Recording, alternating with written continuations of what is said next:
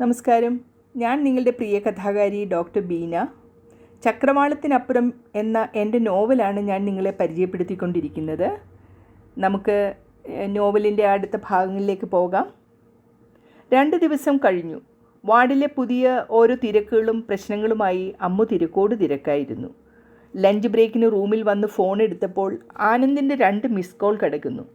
എന്താണാവോ വിളിച്ചത്? ഡിപ്രഷനായി കാണുമോ? തിരിച്ചു വിളിക്കണോ? അതൊക്കെ വല്ലാത്ത ആവശ്യമില്ലാത്ത പ്രശ്നങ്ങളും ഒക്കെ വഴിയൊരുക്കില്ലേ? അല്ലെങ്കിൽ തന്നെ താനാരാ? കൗൺസിലിംഗ് വിദഗ്ധയോ? യഥാർത്ഥ പ്രശ്നം മാറണമെങ്കിൽ ശരിയായ ചികിത്സ തന്നെ വേണം. ഏതായാലും ഇപ്പോൾ വിളിച്ചാൽ പെട്ടെന്ന് പറയാനുള്ള സ്റ്റോക്കൊന്നും തൻ്റെ തലയിൽ ഇരിപ്പില്ല. റൂമിൽ ചെന്നിട്ട് സൗകര്യം പോലെ വിളിക്കാം, അമ്മു തീരുമാനിച്ചു. അപ്പോൾ തന്നെ വാർഡിലെ രോഗിക്ക് BP കുറഞ്ഞുവെന്ന് പറഞ്ഞ് സിസ്റ്റർ വിളിച്ചു. ഫോൺ ബാഗിൽ വെച്ചിട്ട് ധൃതിയിൽ അങ്ങോട്ട് പോയി. ഡോക്ടറെ എമർജൻസിയായി വിളിച്ച് പിന്നെ അതിൻ്റെ തിരക്കുകളുമായി അമ്മു നടന്നു.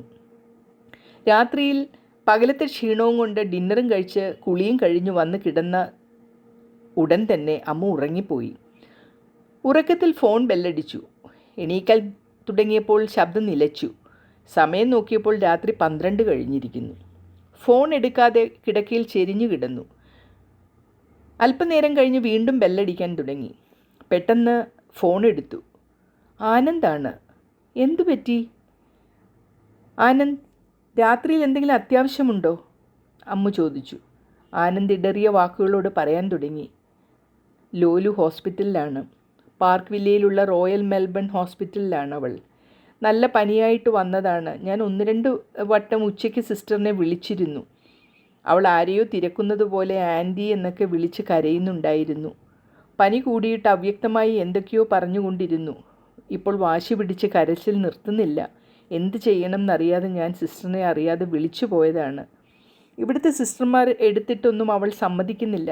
രാത്രിയിൽ ഡിസ്റ്റർബ് ചെയ്തതിൽ ക്ഷമിക്കണം കേട്ടോ. ആനന്ദ് ഇടറിയ വാക്കുകളോട് പറഞ്ഞു നിർത്തി. ഞാൻ ഇപ്പോൾ തന്നെ വരാം ആനന്ദ്, അമ്മ പെട്ടെന്ന് പറഞ്ഞു. അയ്യോ, ഈ രാത്രിയിലോ? വേണ്ട വേണ്ട, നേരം വെളുത്തിട്ട് മതി സിസ്റ്റർ. രാത്രി ടാക്സിയിൽ ഒറ്റയ്ക്ക് വരണ്ട സിസ്റ്റർ, പിന്നെ എത്തുന്നവരെ എനിക്കും ടെൻഷനാകും. രാവിലെ തിരിച്ചാൽ മതി. ലീവ് എടുക്കേണ്ടി വരുമല്ലോ, ആകെ ബുദ്ധിമുട്ടായി അല്ലേ? ആനന്ദ് വിഷമത്തോടെ പറഞ്ഞു. അമ്മു തിരിച്ചൊന്നും പറഞ്ഞില്ല. ഗൂഗിൾ ലൊക്കേഷൻ ഒന്ന് ഇട്ടേക്കു കേട്ടോ. നാളെ കാണാം എന്ന് പറഞ്ഞ് ഫോൺ കട്ട് ചെയ്തു. നേരം വെളുക്കുന്നത് വരെ പാതി ഉറക്കത്തിൽ അമ്മു തിരിഞ്ഞും മറിഞ്ഞും കിടന്നു. അതിരാവിലെ സൂപ്രണ്ടിന് 2 ദിവസത്തെ അവധിക്കും മെസ്സേജ് കൊടുത്തു. ചെറിയൊരു ട്രാവൽ ബാഗിൽ അത്യാവശ്യം ഡ്രസ്സുകൾ എടുത്തു. ടാക്സി വിളിച്ച് RMHലേക്ക് അമ്മു പുറപ്പെട്ടു. ഇടയ്ക്കിടയ്ക്ക് ആനന്ദ് അമ്മുവിനെ വിളിക്കുന്നുണ്ടായിരുന്നു.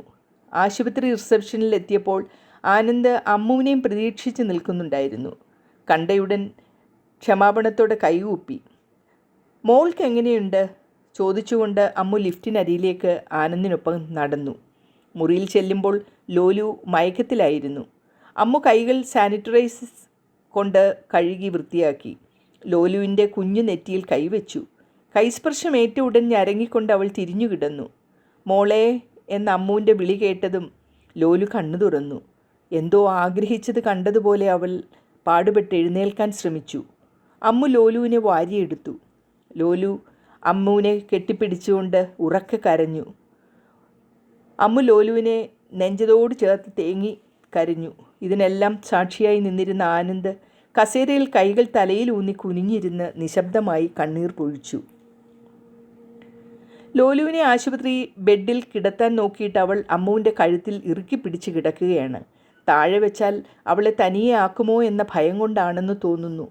അമ്മു അവളെ മടിയിലിരുത്തി കുറച്ച് കഞ്ഞി ഉപ്പിട്ട് കോരിക്കൊടുത്തു. മരുന്ന് സ്പൂണിൽ വായിലൊഴിച്ച് ലോലുവിന് കൊടുത്തു. അമ്മു കൊടുക്കുന്നതെല്ലാം അവൾ സന്തോഷത്തോടെ കഴിച്ചു.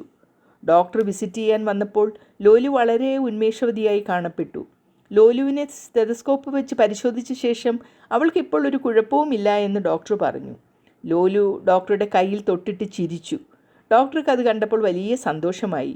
അമ്മുവിനെ കണ്ട് ഇതാരാ എന്ന് ഡോക്ടർ ചോദിച്ചു. ആനന്ദ് അമ്മുവിൻ്റെ കണ്ണുകളിലേക്ക് നോക്കി. ആൻറ്റിയാണ്, അമ്മു മറുപടി പറഞ്ഞു. അവൾ ഓക്കെ ആയി, നാളെ ഡിസ്ചാർജ് ചെയ്യാം. ഇതും പറഞ്ഞ് അമ്മുവിൻ്റെ മടിയിലിരുന്ന ലോലുവിൻ്റെ കവിളിൽ സ്നേഹത്തോടെ തട്ടിയിട്ട് ഡോക്ടർ പോയി. ആനന്ദ് ലോലുവിനെ എടുക്കാൻ കൈനീട്ടിയിട്ട് അവൾ മുഖം തിരിച്ച് അമ്മുവിൻ്റെ തോളിൽ തന്നെ കമ്മിണിന്ന് കെട്ടിപ്പിടിച്ച് കിടന്നു. വീട്ടിൽ പോയി റെസ്റ്റ് എടുത്തോളൂ, ഞാനിവിടെയുണ്ടല്ലോ, അമ്മു പറഞ്ഞു. കുറച്ചു നേരം കഴിഞ്ഞ് അമ്മുവിന് ഫുഡ് വാങ്ങിക്കൊണ്ട് ആനന്ദ് വന്നു. Sister leave പറഞ്ഞായിരുന്നല്ലേ? അമ്മു തലയാട്ടി. കഴിക്കാൻ നിർബന്ധിച്ച് അമ്മു കഴിക്കുന്നതും നോക്കി ആനന്ദ് അടുത്തിരുന്നു. ലോലു മടിയിലിരുന്ന് ഉറങ്ങി. അമ്മു പതുക്കെ അവളെ ബെഡിൽ കിടത്തി. അവളുടെ ദേഹത്ത് കൈകൾ വെച്ചുകൊണ്ട് ബെഡിൽ തന്നെ ഇരുന്നു. സിസ്റ്റർ, ഞാൻ ബുദ്ധിമുട്ടിച്ചോ? എൻ്റെ നിസ്സഹായ അവസ്ഥ കൊണ്ടാണ് കേട്ടോ. എന്നോട് ദേഷ്യം തോന്നരുത്. ഞാൻ ആകെ തകർന്ന അവസ്ഥയിലാണ്. വാക്കുകൾ കിട്ടാതെ ആനന്ദ് സംസാരം നിർത്തി. എൻ്റെ വിവരണം ഇഷ്ടപ്പെട്ട് കാണുമല്ലോ. ഇഷ്ടമായെങ്കിൽ ലൈക്കും കമൻറ്റും ഇടാൻ മറക്കരുത്. ആദ്യമായിട്ടാണ് ഈ ചാനൽ കാണുന്നതെങ്കിൽ സബ്സ്ക്രൈബ് ചെയ്ത് ബെല്ലൈക്കണിൽ ഓൾ എന്ന ഓപ്ഷൻ ഇടണം. ഇനി അടുത്ത എപ്പിസോഡിൽ കാണുന്നത് വരെയും നന്ദി, നമസ്കാരം.